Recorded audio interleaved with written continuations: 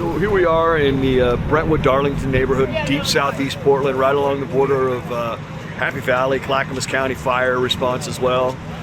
We've got a 528 square foot home behind us that was completely involved with fire upon arrival. Flames were so high they were impinging upon the overhead power lines, which directed our command officer to send out emergency tones across the fire ground, across the radio, alerting all the members on scene that there is danger. Overhead power lines are being affected by fire. Fortunately, they weren't impinged upon and dropped, but it's always a concern when we're working. We've got a live electrical line that could come down. There was no power actually to the house, I understand.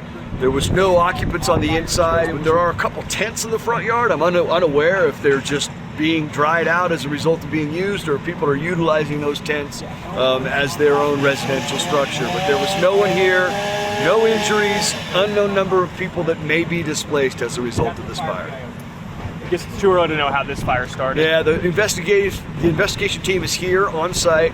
They're beginning their forensic evaluation, but it's going to take a minute or two, for sure. There's a tank behind you flaming. Yeah, there is. We've got an acetylene tank that was brought out from the interior of the fire. The valve was, burned off, and so we've got that acetylene just slowly leaking out, and a flame, if you will.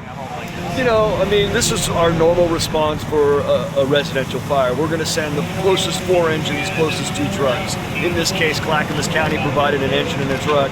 The remainder of the workforce here on site is Portland Fire and Rescue. One of the challenges we have in times like this, when we've got this wind going, we get a wind-driven fire, and that's a big concern. We could get wind pushing flames across the street and extending to additional structures.